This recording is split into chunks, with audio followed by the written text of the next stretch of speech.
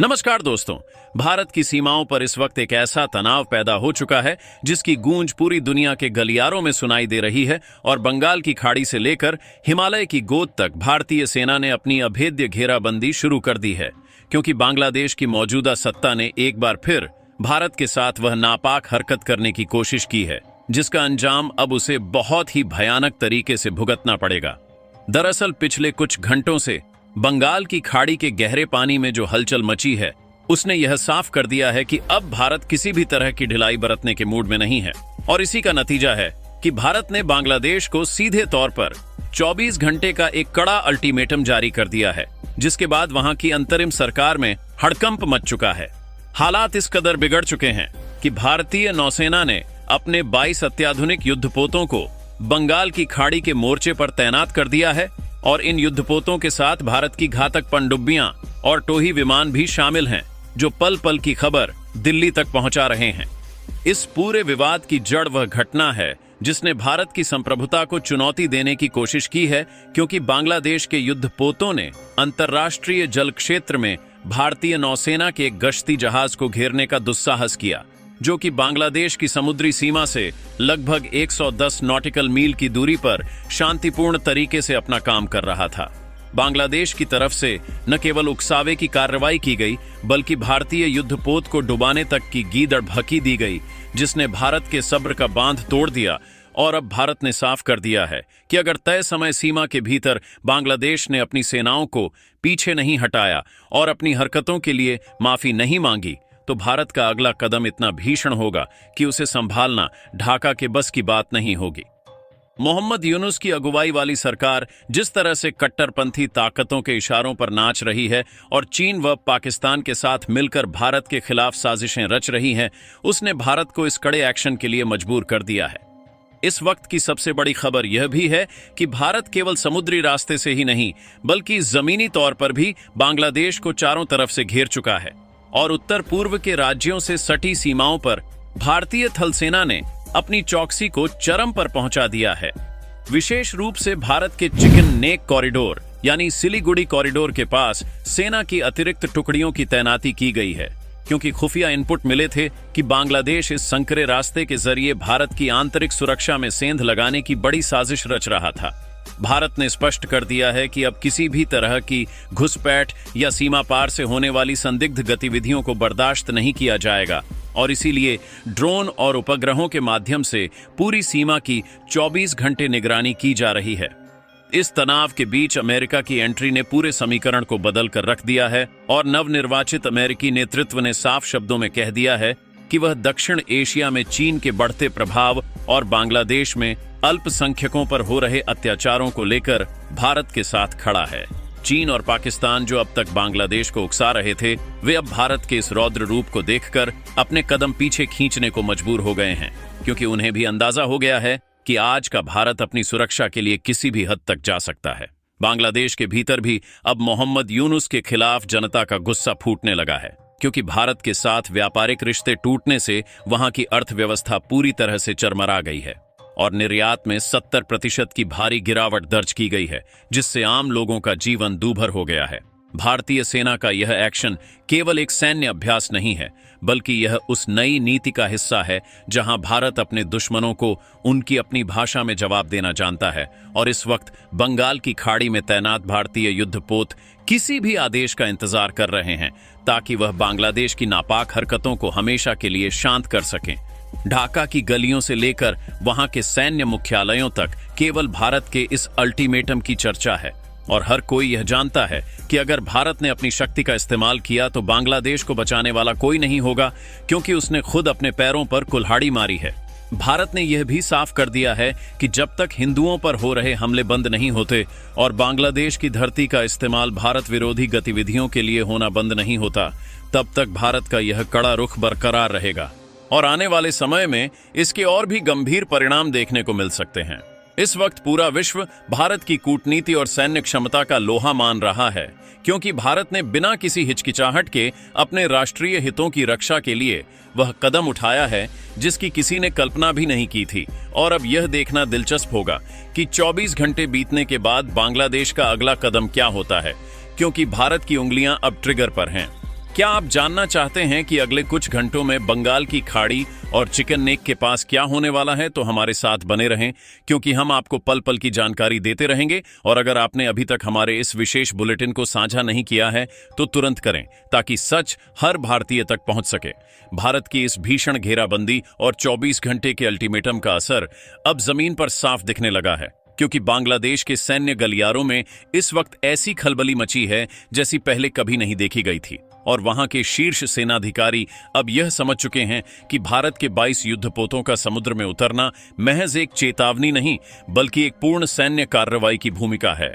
ढाका से आ रही खबरों के मुताबिक मोहम्मद यूनुस की सरकार ने आनन फानन में एक आपातकालीन सुरक्षा कैबिनेट की बैठक बुलाई है, जिसमें सेना के तीनों अंगों के प्रमुखों को तलब किया गया है। लेकिन सबसे बड़ी चुनौती यह है कि बांग्लादेश की नौसेना के पास भारत के इस विशाल बेड़े का मुकाबला करने के लिए न तो पर्याप्त संसाधन है और न ही वह रणनीतिक बढ़त जो इस वक्त भारतीय नौसेना के पास है। भारतीय नौसेना के लड़ाकू विमानों ने बंगाल की खाड़ी के ऊपर अपनी गश्त इतनी तेज कर दी है कि बांग्लादेश के रडार सिस्टम पर हर तरफ केवल भारतीय वायुसेना के निशानों की गूंज सुनाई दे रही है। और इसी के साथ भारतीय रक्षा मंत्रालय ने यह भी संकेत दे दिए हैं कि अगर जरूरत पड़ी तो भारत अपनी ब्रह्मोस मिसाइल प्रणालियों को भी सक्रिय कर सकता है, जिससे बांग्लादेश के तटीय ठिकानों को मिनटों में नेस्त नाबूद किया जा सकता है। दूसरी तरफ जमीनी मोर्चे पर भारतीय थल सेना ने अपनी रणनीति में एक बड़ा बदलाव करते हुए सीमा सुरक्षा बल के साथ मिलकर एक संयुक्त ऑपरेशन शुरू कर दिया है, जिसके तहत बांग्लादेश से सटे हुए हर उस संदिग्ध रास्ते को पूरी तरह से सील कर दिया गया है जहां से आतंकी घुसपैठ या अवैध हथियारों की तस्करी की संभावना थी। विशेष रूप से पश्चिम बंगाल और असम के सीमावर्ती इलाकों में भारतीय सेना की टैंक रेजिमेंट ने अपनी पोजीशन ले ली है और रात के अंधेरे में भी दुश्मन की हर हरकत को भांपने के लिए आधुनिक थर्मल इमेजर और नाइट विजन ड्रोन का बड़े पैमाने पर इस्तेमाल किया जा रहा है। भारत के इस कड़े रुख ने न केवल बांग्लादेश को बैकफुट पर धकेल दिया है, बल्कि वहां छिपे बैठे उन अलगाववादी गुटों की भी कमर तोड़ दी है जो भारत के उत्तर पूर्व राज्यों में अस्थिरता फैलाने का सपना देख रहे थे। क्योंकि अब उन्हें पता है कि अगर उन्होंने कोई भी गलत कदम उठाया तो भारतीय सेना सीमा पार जाकर उन्हें खत्म करने में एक पल की भी देरी नहीं करेगी। इस बीच अंतर्राष्ट्रीय स्तर पर भी भारत ने अपनी कूटनीतिक चालों से बांग्लादेश को पूरी तरह अलग थलग कर दिया है और संयुक्त राष्ट्र में भारत के प्रतिनिधियों ने उन सभी सबूतों को पेश किया है जो यह साबित करते हैं कि बांग्लादेश की वर्तमान सत्ता किस तरह से विदेशी ताकतों के साथ मिलकर दक्षिण एशिया की शांति को भंग करने की कोशिश कर रही है। अमेरिका और यूरोप के कई देशों ने भारत की चिंताओं को वाजिब ठहराते हुए बांग्लादेश को अपनी सैन्य उकसावे की नीति को तुरंत बंद करने की सलाह दी है, जिससे मोहम्मद यूनुस का वह दांव पूरी तरह उल्टा पड़ गया है जिसमें वे अंतर्राष्ट्रीय सहानुभूति बटोरने की कोशिश कर रहे थे। अब स्थिति यह है कि सऊदी अरब और तुर्की जैसे मुस्लिम देश भी भारत के साथ अपने मजबूत आर्थिक रिश्तों को देखते हुए इस विवाद में सीधे तौर पर बांग्लादेश का साथ देने से कतरा रहे हैं, जिससे बांग्लादेश की सरकार अब अपनी ही बुनी हुई साजिश के जाल में बुरी तरह फंसती नजर आ रही है। आर्थिक मोर्चे पर बांग्लादेश की हालत अब उस कगार पर पहुंच चुकी है जहां से वापसी का रास्ता बहुत धुंधला नजर आता है, क्योंकि भारत ने न केवल समुद्री व्यापारिक मार्गों पर अपनी पकड़ मजबूत कर ली है, बल्कि बांग्लादेश को होने वाली आवश्यक वस्तुओं की आपूर्ति पर भी कड़ी निगरानी शुरू कर दी है। बांग्लादेश के बाजारों में महंगाई ने हाहाकार मचा दिया है और वहां के बड़े उद्योगपति अब सरकार पर दबाव बना रहे हैं कि वह भारत के साथ इस टकराव को खत्म करे, वरना पूरा देश दिवालिया होने की कगार पर पहुंच जाएगा। इस दबाव का असर अब वहां की सड़कों पर भी दिखने लगा है, जहां छात्र और आम नागरिक अब मोहम्मद यूनुस के इस्तीफे की मांग कर रहे हैं, क्योंकि उन्हें यह समझ आ गया है कि भारत से दुश्मनी मोल लेकर बांग्लादेश अपना ही विनाश कर रहा है और जो चीन उन्हें मदद का भरोसा दे रहा था वह भी अब चुप्पी साधे बैठा है। जैसे जैसे अल्टीमेटम की घड़ी करीब आ रही है, वैसे वैसे भारतीय रक्षा सूत्रों से यह खबर भी निकल कर आ रही है कि भारत ने अपने विशेष कमांडो दस्तों को भी तैयार रहने के आदेश दे दिए हैं, जो किसी भी सर्जिकल स्ट्राइक या गुप्त ऑपरेशन को अंजाम देने में माहिर हैं। भारतीय वायुसेना के सुखोई और राफेल लड़ाकू विमानों ने अपने बेस से उड़ान भरकर यह संदेश दे दिया है कि वे केवल सीमाओं की रक्षा के लिए नहीं, बल्कि दुश्मन के घर में घुसकर हमला करने के लिए भी पूरी तरह लैस हैं।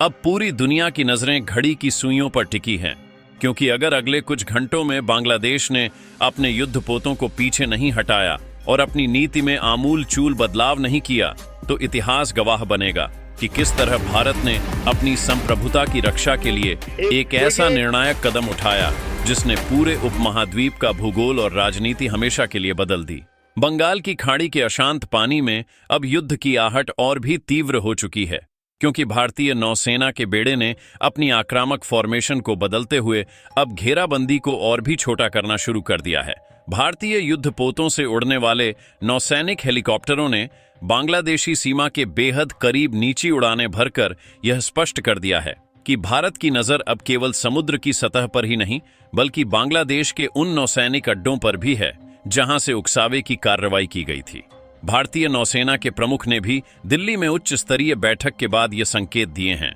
कि भारत की तैयारी केवल बचाव की नहीं, बल्कि जरूरत पड़ने पर एक प्रभावी प्रहार की भी है। और इसी के मद्देनजर विशाखापत्तनम और अंडमान निकोबार कमांड से अतिरिक्त रसद और मिसाइल बैटरी को भी अग्रिम मोर्चों पर तैनात कर दिया गया है।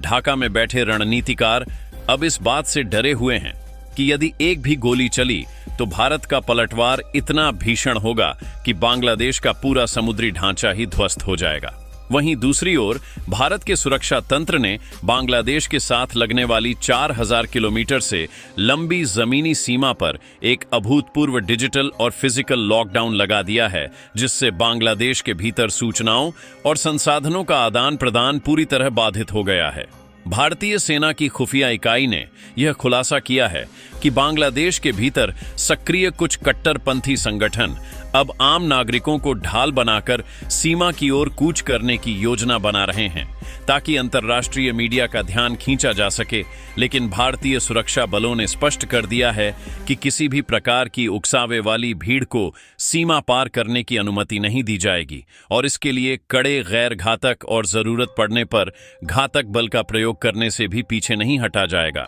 भारत के गृह मंत्रालय ने सीमावर्ती जिलों के प्रशासन को हाई अलर्ट पर रखते हुए स्थानीय नागरिकों को सुरक्षित स्थानों पर रहने की सलाह दी है, जो इस बात का प्रमाण है कि दिल्ली अब किसी भी बड़े घटनाक्रम के लिए मानसिक और रणनीतिक रूप से पूरी तरह तैयार हो चुकी है। अंतर्राष्ट्रीय कूटनीति के पटल पर भी भारत ने अपनी बिसात ऐसी बिछाई है कि बांग्लादेश की अंतरिम सरकार अब पूरी तरह अलग थलग पड़ गई है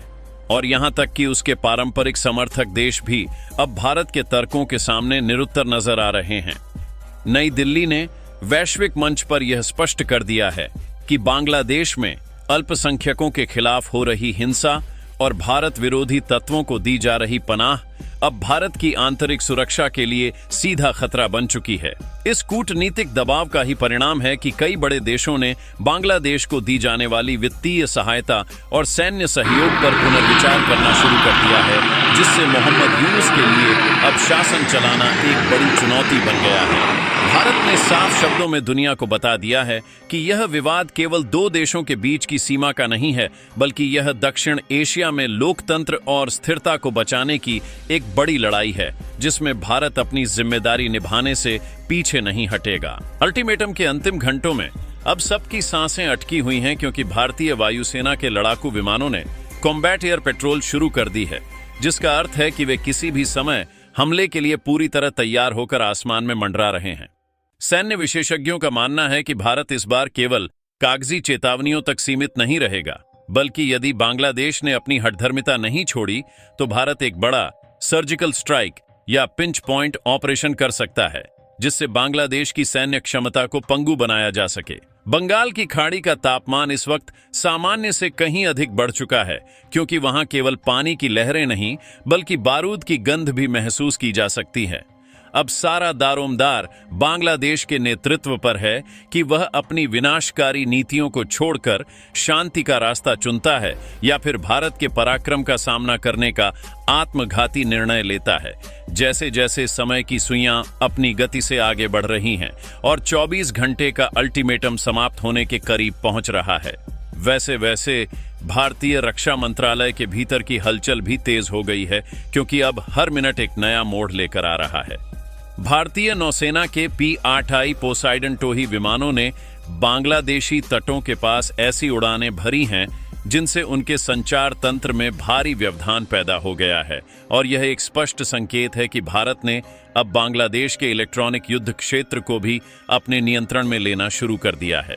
ढाका से आ रही अपुष्ट खबरों के अनुसार वहां के कुछ सैन्य अधिकारियों ने स्थिति की गंभीरता को देखते हुए विद्रोह की स्थिति पैदा कर दी है, क्योंकि वे जानते हैं कि भारत के 22 युद्धपोतों और विमान वाहक पोत INS विक्रांत के सामने टिकना उनके लिए मुमकिन नहीं होगा। दोस्तों, इस पर अपनी राय कमेंट बॉक्स में जरूर बताएं। इसी तरह की और भी नॉलेजेबल वीडियो देखने के लिए हमारे चैनल TND न्यूज को सब्सक्राइब जरूर कीजिएगा। धन्यवाद।